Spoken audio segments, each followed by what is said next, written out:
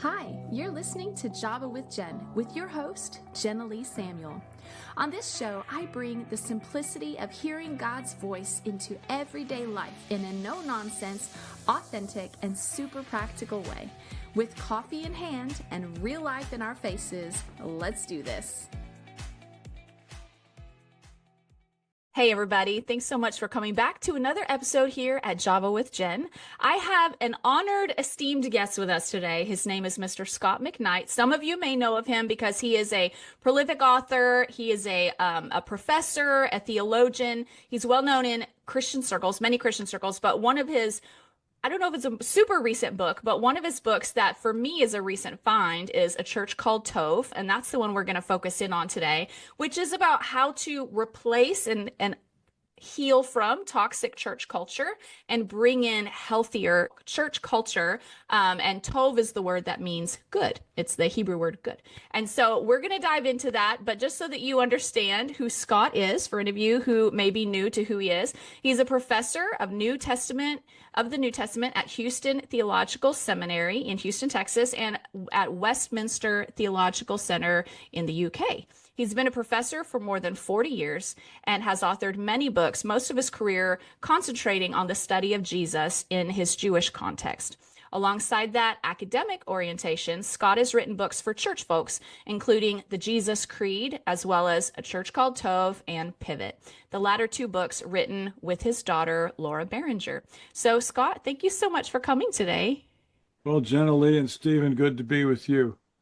Absolutely. Now, okay, so a little backstory to what brought this interview. It's kind of fun. My husband's 47th birthday was here in January, and I was, after you've had so many birthdays together, it's like, what do you do for someone who can just buy whatever they need, right? And so I was asking the Lord for an idea, and I had the thought to invite one of Stephen's favorite authors, thus Scot McKnight, to the show, and he was so kind and gracious to say, yes, I'm happy to carve out some time for you. So that's the backstory. So Stephen is my co-host today. So welcome, Stephen, to the show as well. Okay, so Scot, we're going to dive right in. I want to make the best use of our time. Why don't you tell us a little bit about yourself and what put this topic of toxic church culture on your heart in such a way that you felt the need to write a book about it? What put this on your radar? Well, what happened is we were longtime attenders, about a decade, of Willow Creek, where Bill Hybels was the pastor. And we got to know some of the people, not as friends, but we knew more about them than probably most. And I was sitting on my back porch one evening, and saw an email in my inbox from the Chicago Tribune that a story was being written about Willow Creek and Bill Hybels. And so I sat there and read it. It was an extensive piece by a very highly respected journalist, Manya Bashir Pashman, I think. And I told Chris as I started, I said, there's something big coming out about Willow Creek. And then I read it and I said, the witnesses that are involved here are very believable, and they're people we know mostly, and this is serious stuff. So I wrote my daughter, Laura Barringer, and she was out to dinner, and then when they came home from dinner, they read the article, and then we talked extensively that night. It was late for us. And then over the next 6 weeks or so, month, we talked back and forth. I wouldn't say every day. I don't remember now the details like that, but it was frequent.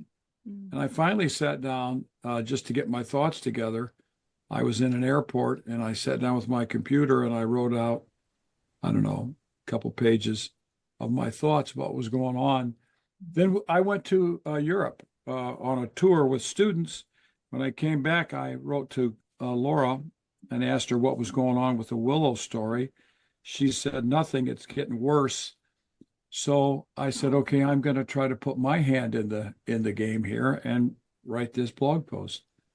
And it went viral. And it was an evaluation, not so much a critique and judgment, that the stories are true by these women. They're not lying. And we need to start talking about more goodness in a church. And people resonated with this word goodness. And I was teaching not long after that, and I started to use the Hebrew word tov in classes, and students resonated with this. And I didn't really tell my daughter much about this because she wanted me to write about Willow Creek more and more.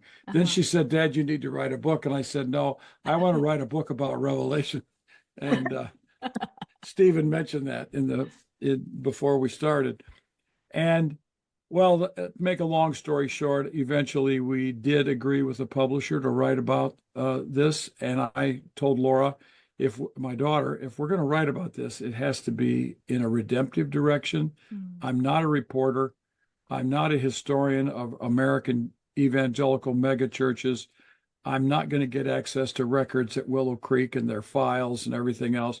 So I said, I just want to write a redemptive book. And so what we did is we started with characteristics of toxic churches that we began to notice. And then I said, instead of just countering these, in a kind of fakey way with the fruit of the Spirit, I said, let's just see what the opposite would be if it was Tov. And so we took toxic culture marks and flipped the script and found Tov culture marks.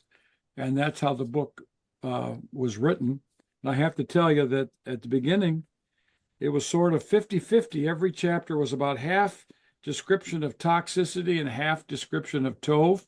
And the editor said, no, we're going to shove most of the toxicity up in the front of the book. And as the book moves on, it's going to become increasingly about Tov. And that was a very, very helpful move by our editor.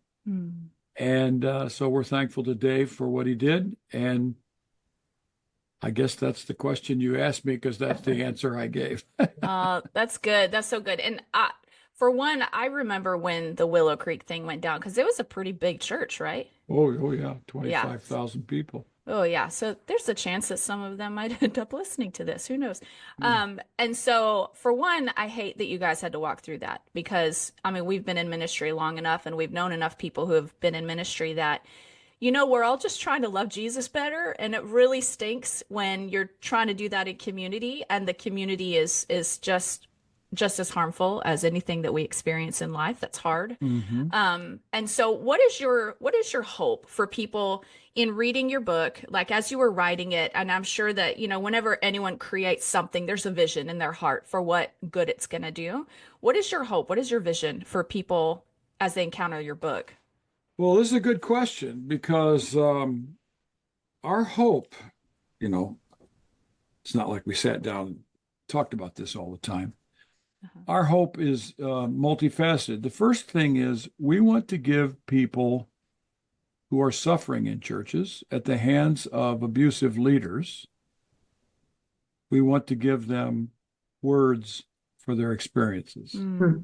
And I cannot tell you, okay, I will tell you, for 16 months, we got, Laura and I and my wife, Chris, got between 3 and 5 letters a week. Wow. Of abuse in churches and Christian organizations.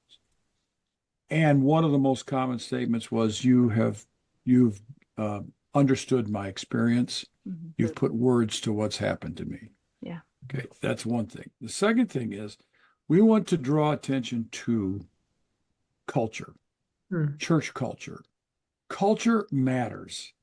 Culture is invisible. It's like fish swimming in water who can't see the color of water. But it is deeply influential. I've been in churches where the culture of the place within an hour was constraining me in certain directions, and I don't know how it was doing that, or shaping me in directions. And we found a statement by David Brooks, who's a pretty good observer of American culture, that the longer we say work in a culture, the more that culture will make us the kind of person that fits in that culture. So if the culture is toxic and you continue to work there, the chances of you not becoming toxic are pretty low. If you work for Mr. Rogers, if you worked for Mr. Rogers, the chances are that you would have become Tover just by being around Mr. Rogers, because he created that kind of culture. Yeah. So culture really matters. If the culture is a gossipy, complaining, backbiting, wanting to seize control, always complaining about the leaders, one person wanting to control things and getting other people on his or her side. If you continue to work there, you're just going to start participating in that toxicity. And if you resist that toxicity, you will either be denounced or you will have to leave. And this is what happens in culture. So that was a second feature.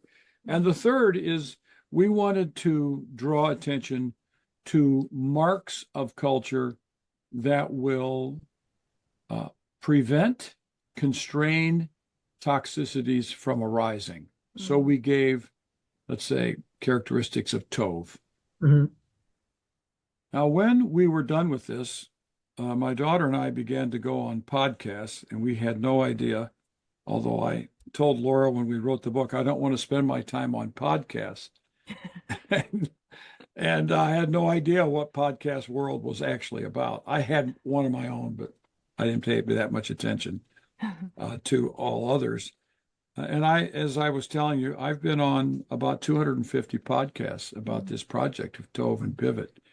But when the book ended, in all the conversations, we began to be asked the question, what can we do to prevent toxicity from arising? And what can we do that will help our church culture or Christian organization form into a more Tov culture? So that's why we wrote Pivot. And I liked I suggested the title Pivot, and Laura said, no, Dad, everybody knows the scene in Friends where there is this pivot story. I said, oh, Laura. And I said, oh, Laura, nobody's heard of that. She goes, oh, Dad, everybody's heard of it. And then, but she went along with the word pivot. And then we realized from a friend that pivot, the last three letters in pivot are Tov backwards. That's true. And we didn't even know this when we wrote it, but we've gotten credit for our very clever title. Oh, wow. That's really great. Okay, so let me ask one more, and I'll pass the baton over to Stephen to ask a few. But since some people may be new to the idea of like just framing church experiences like this, and so maybe they've gone through something hard, but they just couldn't find language for it because in church things are spiritualized, and when things are spiritualized, it oftentimes makes it very confusing to be able to call what it is, call this toxic, call that good. It can really blur the lines. So what are maybe three of the most common characteristics of toxic culture and three of the most the best characteristics of a Tov culture to combat those? Well, the first thing I would say, so let's talk about toxicity. The first characteristic that we've noticed is, let's just say, a narcissistic type leader. And I understand that narcissism is an official diagnosis for the MMPI and the classic disciplines of psychology, but very selfish, self-aggrandizing, lacking empathy, wanting everything to be about themselves. That's one of the characteristics that has to be picked up. And Jenilee, I just want to say that we create platforms for in churches that will attract people who like to be on platforms, who like to be in the front. Okay, that's the way it works. If you create a small group, I heard someone who's a pretty well-known scholar was asked to teach at a Sunday school. And he said, I will only teach if there are at least 500 people present. Oh. And I thought, it's a Sunday school. What are you asking about? Another person said he would only speak if he was given $5,000. And I went, okay. All right. So it attracts narcissism. A second thing is power really matters, but power is used in such a way that people are motivated by fear of the person with power. That's a very That's so good. noticeable characteristic. And I want to emphasize, and both of you probably know this, you can't see this on Sunday morning going to church and listening to music and watching these people perform on the platform. Yeah. This is where they are masterful and they are charming, and you think you get to know them. Yeah. All right. These things that are toxic are going to happen most of the time behind closed doors, unless all of a sudden there's a burst of anger and more people hear about that the person exploded. And then in most of these cases, they excuse them because they're so passionate and they're so driven that they, every now and then they blow up. If you as a basketball coach or a baseball coach occasionally blow up at a call, I'm going to say, okay, that's what sports are like. All right. It's pretty intense. But if you're a pastor of Christian spiritual formation, which all pastors ought to be, then we are going to expect a little bit more out of those sorts of people. All right. Now, a third this is a hard one. It is a hard one to pick for me, but a willingness to use false narratives to cover steps. In other words, to spin the story to protect the reputation of the church, which is usually the reputation of that individual pastor more than the church, because the church and the pastor are so identified that if the pastor goes down, the church goes down. If the church goes down, the pastor goes down. Wow. So those are three major characteristics. That's what I would look for. I don't think you can find these on Sunday morning, and you're going to have to find these from people who are willing to tell the truth, and you're going to have to be the journalist who ends up covering the underground of a place rather than the surface of a place. So would you say it's mostly the staff and the volunteers that work closer with the pastor that experience that? They will experience it. The closer the person is to the inner circle, these people always have an inner circle, the more likely that the inner people will see it. And in the last 3 years, I think this book came out in 2021. Maybe it was 2022. I don't know. That's the people who have contacted us. It's people who are faithful to the church, successful in a sense in the church. They've risen as leaders, as potential influencers in the church. And as they get closer to the inside, they begin to see things. And this is where the tension arises. They love the affirmation. They love the opportunity to serve. They love their newfound status in this community. They get to be on the platform. People know them. People are talking about them. And then they begin to see things. They can excuse the person. They can offer alternative explanations that he was just having a bad day. But at some point, many of these people say, this person is not healthy. And how did we get here? And how did I get in this position? Yeah. Wow. And so what would be the three opposing characteristics that are Tov qualities? Okay, the opposite of a narcissist is a person who's empathic and sympathetic. Narcissists have no feelings for other people. They don't care. As long as that person supports them like a sycophant, they're perfectly happy with them. The minute they criticize them, they live in a world of shame, and the one thing they don't want to be is wrong or discovered as inadequate. That's what they don't care about other people. They care about themselves. So an empathic person will create a culture of compassion toward other people around them. The people around them will say, oh, he's so caring, or she's so caring. And there's a culture that develops. And over time, you begin to see it creeps into the whole church. And frankly, a lot of these churches don't succeed as well as other churches because they're not as driven by the glory of the platform. A second characteristic is great. It's great, filled with grace. Mm. Grace as forgiveness. I mean, I know countless stories. I've heard countless stories of people making a mistake on the platform, wearing the wrong thing, showing up a few minutes late, and they are humiliated. They are reprimanded in front of everyone. And there's just no grace for someone to learn the skills that are needed Mm. for a given position in the Mm. church. Yeah. And then instead of false narratives, these people are recognized for being truth tellers. Mhm. And I don't mean by that blasting away at people. What Mhm. I mean is that they do the right thing at the right time. And Yeah. when you say that wasn't right, to say that to that person, they say thank you and they apologize. They Mm. apologize to those people. They apologize. They tell the truth Yeah. and they allow the light to Mm. shine in their inner darkness. Mm-hmm. And that inner light has a capacity to heal and to blow out the darkness. Yeah. So That's really good. those are, yeah. So, That's really good. Go ahead, Stephen. I know you've got some questions lined up.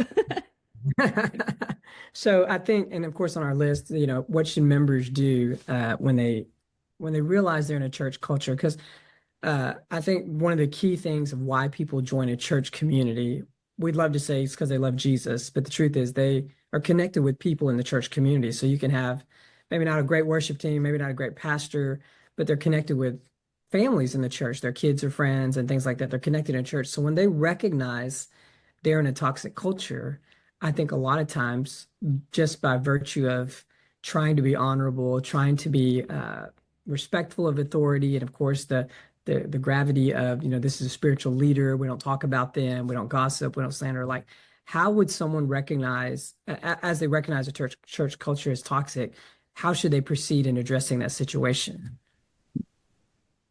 This is a big one. I was saying, is that a big can of worms right This is there? a big one. Well, yes, it's a can of worms. But the first thing that we tell people is don't do anything unless you're in a healed state yourself. Good. Because the minute you go forward, it's going to be a lot of blowback. Mm. Okay. So the first thing is, what is let's just say, your emotional, psychological, and spiritual condition right now? Mm. Right. The second thing is, I think you should talk to a therapist before you talk to anybody else. Mm. Now, if you don't have a therapist, talk to someone who's a really good friend, who's wise, Yeah. not someone who's angry all the time, but someone who's wise, who can say, Yeah. I don't think that issue is so important, but I do think this issue that you're concerned about is more important. Let's focus on one thing. They offer wisdom at that. The third thing is, without trying to create a situation of gossip, keep your eyes open to see if you think there are other people who might have similar ideas. Yeah. In other words, you might look to find out if some people who are in your position have also left the church. And you might want to have coffee with them to express that you miss them, that you care about them, you wonder if things are okay, and almost always they're going to start talking. Mm. So you might find some people who are with you on this.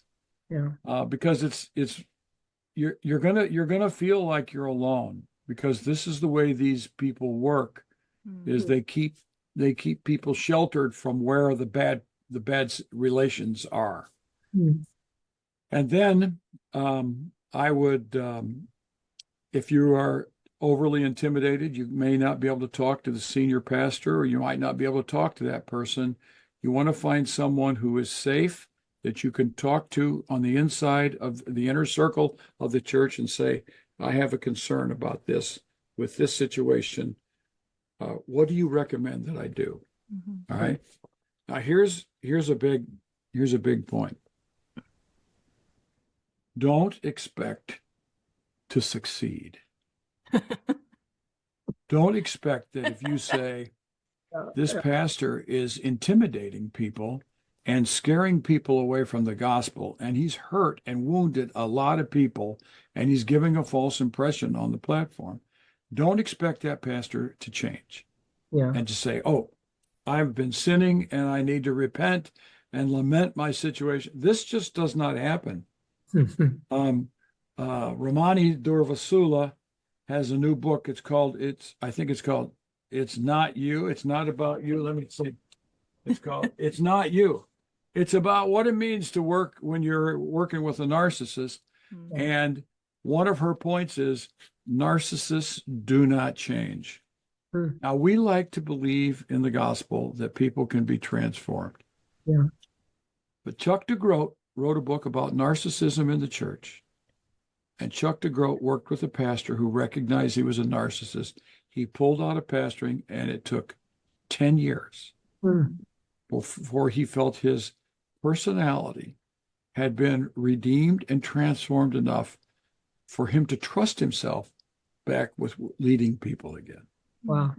Now, that is a redemptive story with a narcissist. Most of them drop out for a month and then they come right back in and they're the same person all over. Oh. So don't expect to succeed.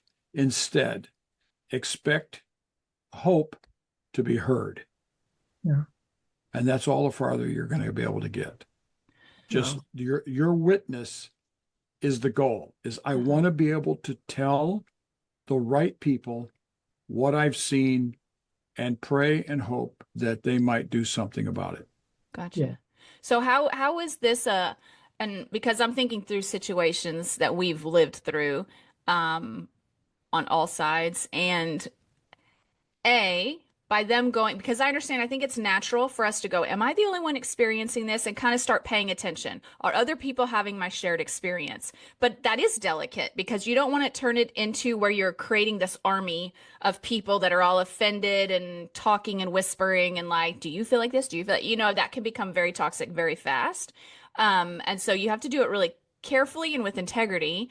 But then at the same time, if confronting the situation may not be fruitful, is it better and healthier to just quietly draw a boundary for your own family and leave the church? I mean, where is it actually fruitful to address the situation? I think this is the big question that we've faced in the last 3 or 4 or 5 years is the whistleblower experience is a painful experience and largely unsuccessful. Yeah. Okay, you have to recognize this. Those of us who have been whistleblowers know what happens. Okay, now one of the things we talk about in Pivot is to form. I think you're right. Is that, and I think I said this as well. Is that you don't want to just form a clutch of gossips who get together and complain about things. That's what happens in a toxic environment. Instead, we contend that you can form a coalition, a pocket of Tov. And that is, in this group, we are going to work on being Tov. And we're not going to spend our time criticizing the other people. Now, traumatized people have to talk about their experience, and they will talk about the experience over and over and over. Yeah. And it's in talking about it over and over and over that they begin to heal from the experience. I don't think a group of traumatized people is a healthy expression of Tov. I think they probably need to be with a therapist or their spouse or their close friends where they can complain about these things, but they need to be pursuing Tov. So I think they can stay if they shield themselves into a pocket of Tov and just begin to practice Tov things in the context of the church where they love the Sunday morning services, or they love the music, or they love all the people. Okay? So that's a possibility. But there comes a time when you say, number one, I can no longer respect what happens on that platform because I know too much about the people on that platform. They've spoiled my capacity to trust their integrity. Mm-hmm. Sometimes it's theological, but most of the time this is relational and moral or discipleship lack. And you say, I think that this is going to produce a negative culture over time, and I don't want to participate in it. Mm-hmm. And then I think some people choose to leave. Paul had to separate himself from Barnabas and from John Mark. And later, they join hands again. Mm-hmm. So there are times when it's best to leave. The goal should be ultimate reconciliation, but sometimes ultimate reconciliation is going to happen down the road rather than immediately. Mm-hmm. And it's too traumatizing, or what people often call triggering, to stay together in this given situation. I agree. I definitely agree. Okay, so I think question is, and I'll preface it with a story. So years ago, I went to a conference in Atlanta. It was an understanding atheism conference, and it was with Rabbi Zacharias. And at the time, I was an associate pastor at a church and had a couple of missionaries. I was the missions department, and I had two missionaries have moral failures, both of them from the Middle East region, Northern Asia, whatever region. And they both had reached this place. They were the most powerful person in the organization, their missions organization. And they had affairs, they had extramarital situations, came in the open. Of course, I'm a young pastor at the time. We're talking 10 years ago or so. And so I meet with Ravi Zacharias one-on-one at the end of the conference. And I ask him, like, what is it in the culture of these missions organizations and the church as a whole where there's an incredible lifestyle before them, teaching, books, influence being built. And then all of a sudden, at the end of their life, you find out things start unraveling. What is it in our culture? Which leads to this question is like, are megachurches really a biblical pattern of how churches should look? Because it seems like they all lead to the same place. No matter how great the leader is at the beginning, our American church model of megachurches keeps putting people at the top that more or less may have started out great, but they keep failing. So are we somewhat naive in thinking that the megachurch model is somehow biblical? Okay. I want to say, yes, I think this is a very serious issue and a very important question. And it's something that we ought to be talking about more than we do. Chuck DeGroat, when I talked to Chuck about narcissism, he said, Scott, anybody who gets on a platform and wants to tell people what God wants them to do is going to be on the spectrum of narcissism. Oh. He said, and that includes you and me, Scott, because we're professors and we're on platforms. Yeah. So let's just say this. There is just as big a narcissist in little churches as there are in big churches. Okay, so it's the platform that we're talking about here. Okay. The second thing is, I would say, is mega churches will be particularly attractive to mega egos, because the bigger the glory, the bigger the platform, the bigger the ego that has to handle this. These are huge situations. Yeah. Huge. Okay. The third thing is, when mega churches pastors fail, they fail with mega failures because they're so big. I'm reading a book right now by I think she's Lithuanian. It's called Disgraced. It's the history of scandals by pastors in the 19th and 20th century. Wow. That sounds like a depressing book. It is depressing, but unfortunately, this is a world in which I have to live. I teach pastors. I talk about these things, and I thought, oh, this will be a good book to read. So from what I can tell, it's about one story per chapter. I haven't gotten deep enough into the book. But so there's a certain sense in which I don't think all megachurches fail at all. Right. But the ones that fail are so spectacular that you say, well, megachurch is the problem. I'm not quite convinced of that, because I have met some megachurch pastors with wonderful Tov character, from what I could tell, who have succeeded for a long time in the church world and have surrounded themselves with really good people, and it's a Tov culture. Right? And I've met pastors of small churches that are very egocentric and they could never succeed anywhere else because they're just mean-spirited. Yeah. And they just aren't going to get a big platform. Right. Okay. But there is a peculiar and unavoidable temptation in megachurches for the toxification. I'm going to invent a word that my father, an English teacher, would never have approved. The toxification of the character of a pastor. Mm. And I really think that's true, is that kind of power, that kind of glory, that kind of attention from other people, that kind of sycophantic surrounding of people who just want to adore you. Plutarch wrote a famous essay in the 2nd century on how to tell a friend from a flatterer. Flatterers rise into the inner circle of narcissistic leaders because they're looking for flatterers. But this is a very, very serious issue. And the only antidote to this is character. Character is the result of spiritual formation over time. Good Tov people recognize toxic situations better than toxic people do. Yeah. So Mr. Rogers would have heard something and said, that's just not sensitive.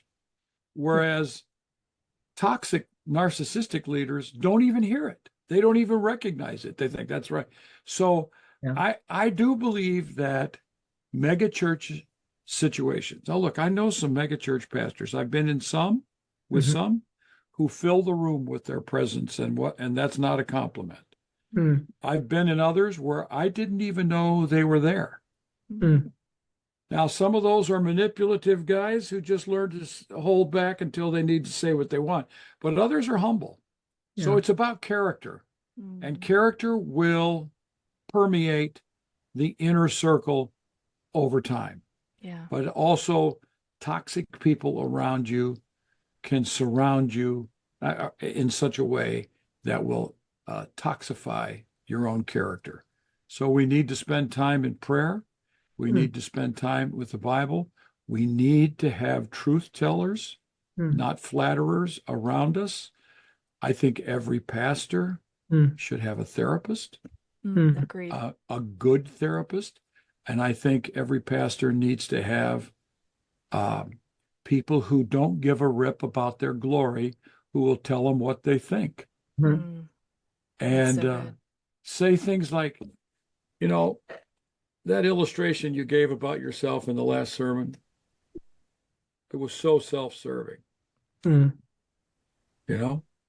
Oh, I know you were trying to you were virtue signaling, but you thought you were telling a story. And if you say publicly, you know, I don't want this to be about myself. Well, it is. It becomes that way. It is about yourself. So you can't avoid it. And so you need to have people around you who can speak like that to you. Yeah. Now, I have a wife who's a psychologist who's way too shrewd for me to get by with anything. I do too. and because I'm a professor, and yeah, I've had some success as a professor, but I create classrooms. I try to create classrooms where students can disagree with me and push back. You know, pastors don't have that. One time I had a narcissistic pastor talk about professors who just sit there and pontificate. And I thought to myself, wow, you know what? That's not what happens in classrooms. Students raise their hand and disagree. Yeah. How many people get to raise their hand in your sermons and disagree with you? Yeah. And what happens? Do you listen to them? Yeah. Do you adjust? Do you ever say, I could be wrong on this? Do you ever say, I don't know? I need to go look at this? Are you ever wrong in board meetings? Do you ever practice the discipline of not knowing? Yeah. You know, just to say, we're going to talk about something. I don't know much about it. I need to listen to you folks. So, all right. I've said a few. That's good.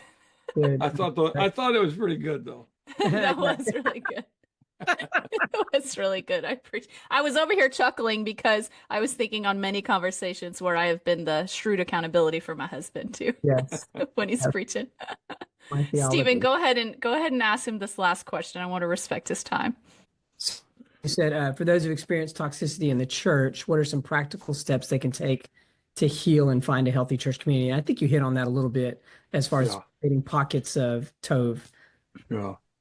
Well, I think number one is people need to, let's say, become mindful and aware of their own feelings Mhm. of what's going on.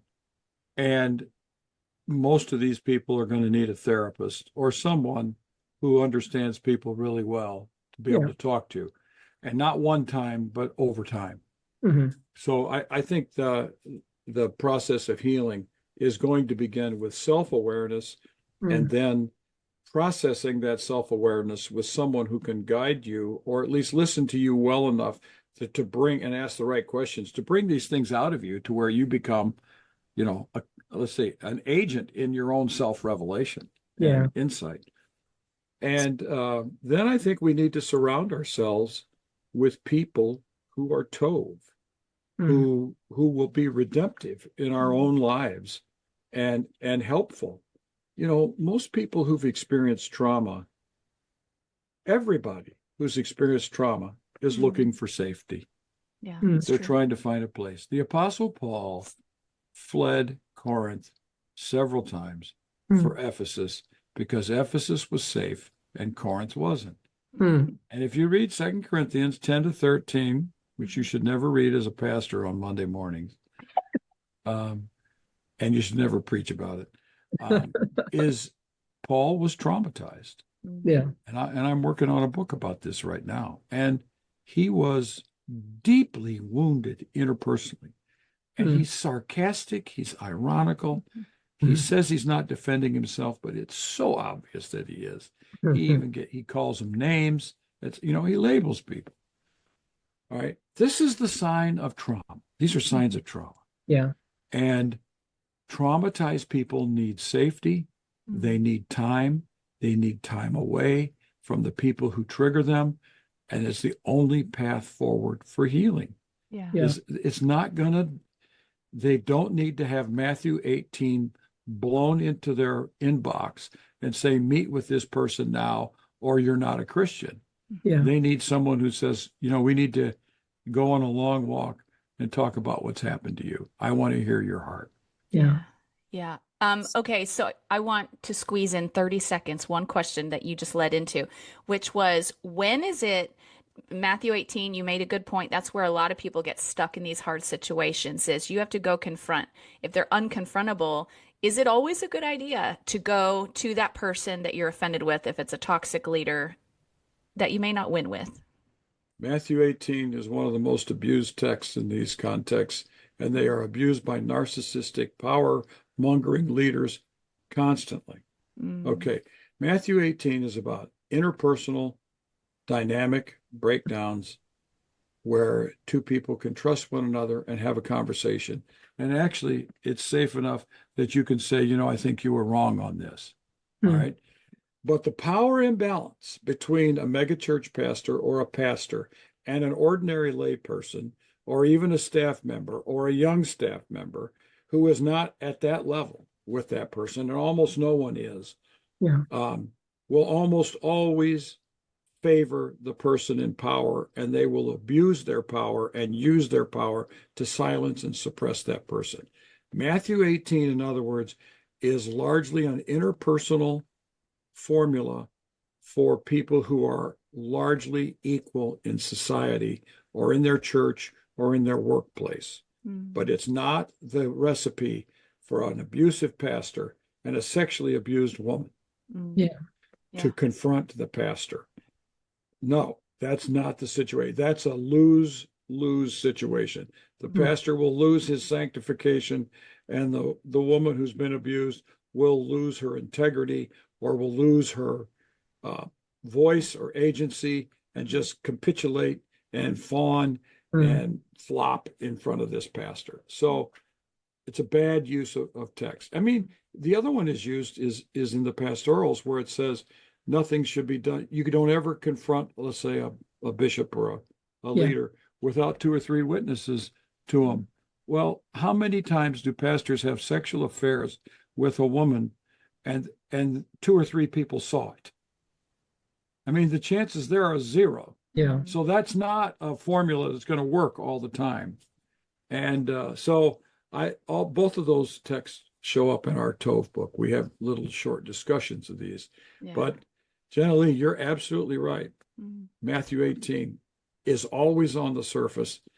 And it's almost, I would say, in my experience of these in the last 3 or 4 years, it's almost always the text is abused. Yeah. It's not for people of different structural powers. Spiritual abuse is what happens. I agree with you. There was a time in a situation where my training with Matthew 18 would have made me feel compelled to go directly to the pastor or the perpetrator in my situation. And the Holy Spirit is the one that said no. And he reminded me of the passage in Proverbs that says, he who is given a trust must prove trustworthy. And that became a principle, that helped me differentiate. Have they proven trustworthy to respond in a responsible way to what I want to tell them? If not, then what's the next best healthy way to handle this? And it was typically having boundaries or removing myself from the situation. So, you know, the percentage of pastors, this is sad, who when confronted respond properly is not high. It's very low. And it's sad because these are pastors who preach the forgiveness of sins all the time, unless it involves that they have to confess their sins. And then they might just go total generalize. I'm suffering from pride right now. I mean, who doesn't agree with that sin, and who doesn't think that's characteristic of them, and who has any idea what that actually means? Yeah. You know.